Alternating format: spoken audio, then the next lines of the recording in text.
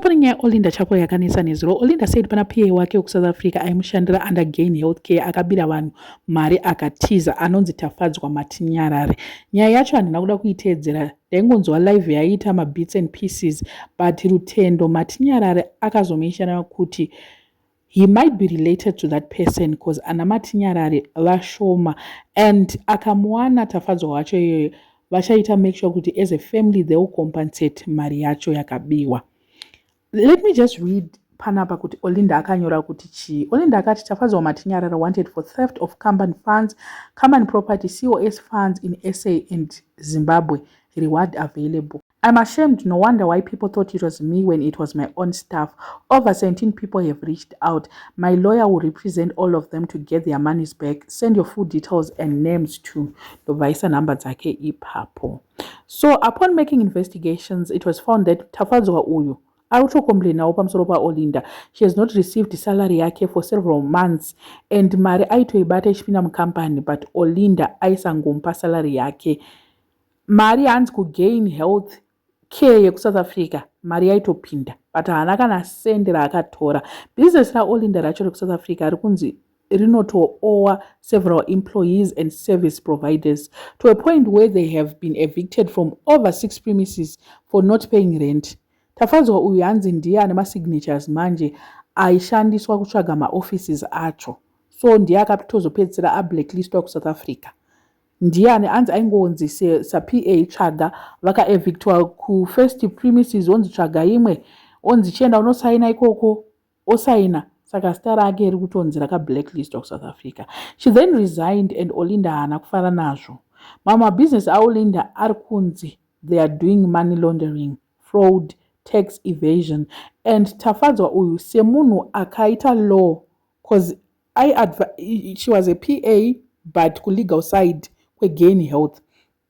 So semunhu akaita law haana kuda kuve part of mabusinesses mamwe aiitika efraud. Hanzi ainyatsoona kuti zvimwe zvinozomupinza busy. Money laundering yaiitika ipapo hanzi ainge isina kumira zvakanaka. And right now Shaun mwana waOlinda was arrested in connection with fraud, in connection with all this.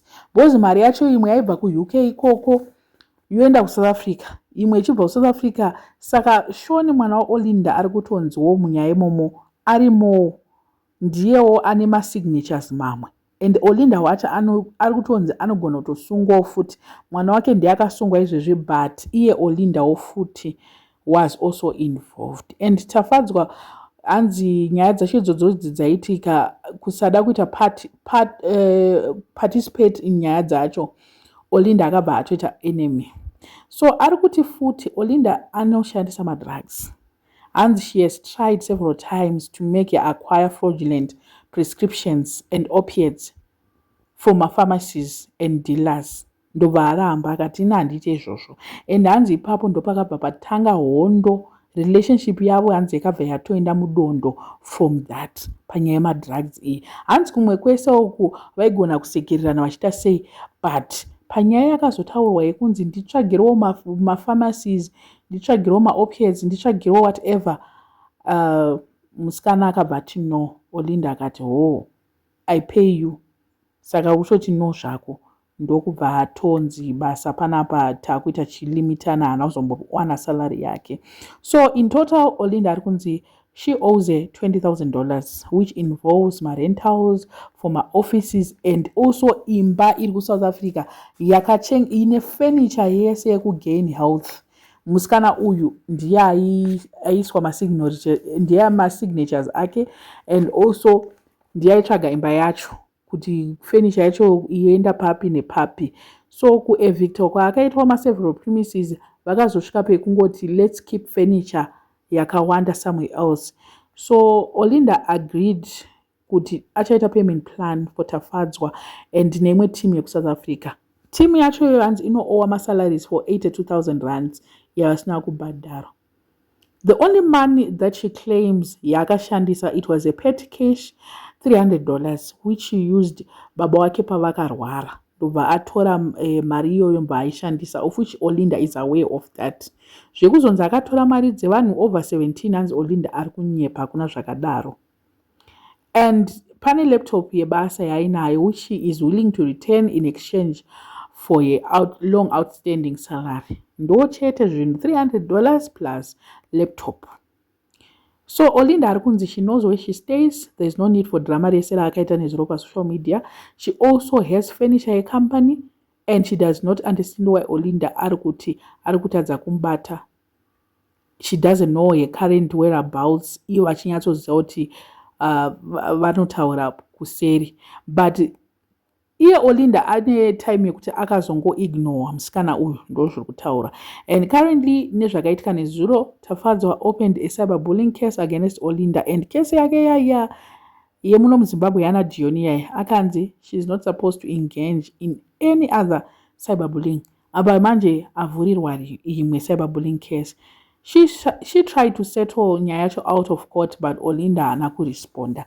Ndosaka akazoti regaitendesena kumakoti kana zvanetsa stereki. At this moment I don't know who is right and who is wrong. Imuri kuionawo senyaya yacho iyi. Side raPA neside raOlinda. What's your take panyaya iyi? But side raPA, I think it makes more sense. It makes a lot of sense zvaro handiziye. But who knows? Pamwe Olinda atori right handiziye, but Tafadzwa side rake ndarinzwisisa. But why is it kuti Tafadzwa yakasvika pakublacklistwa? Where was she? Pakaitika 1,000 debt, 2,000 debt, up to 5,000. Aifana akati, oh, it's too much. Because 5,000 is almost like 100K in South Africa. And then kuzosvika mari zosvika 20,000. Ameno $20,000. Aisa kutosvika mamillion kumarands. Ameno, I don't know. But it's a lot of money. Some millionaire why aizoita debt rinosvika mari yese. Vanhu vanenge vachitiwa nemari ka but vasina mari yacho. Why getting evicted several times?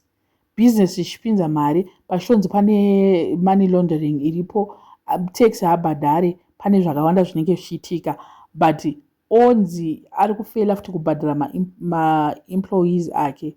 What is that? Atori nechikwereti che82,000. Hameno vanga vari vangani? Vanhu vacho vanga vari employed kugain health ikoko hameno, but chikwereti chake it's 82. Anza habhadhare Olinda akapesa. Why is it kuti Olinda aningori nenyaya manyaya dzemabusinesses dzekusabhadhara dzekuita sei? Iko kugain kwacho koko. Last year futi anga ari kucourt nenyaya dzaTitan dziya dzadzisiye futi atangana futi necourt. Mbuya tihobvuka. Sometimes tichida kutongovasaidhira zvedu kusapota, but when it comes to this, we won't support. Kana vari wrong, vari wrong. I'm not so sure if she's wrong or right. And by the way, this is all alleged.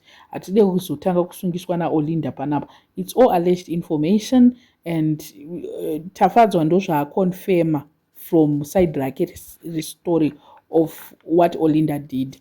I don't know what you guys think. Let me know in the comment section what are your thoughts. Panyai i wasura subscriber, please make sure that you subscribe. Road to 50,000. We are sitting at 35. Let's do the things. February unoi tidarike 36. Tiziye we are now going to 37 very soon. And it's going to go 36, 37. It's now easy for us to reach 50,000.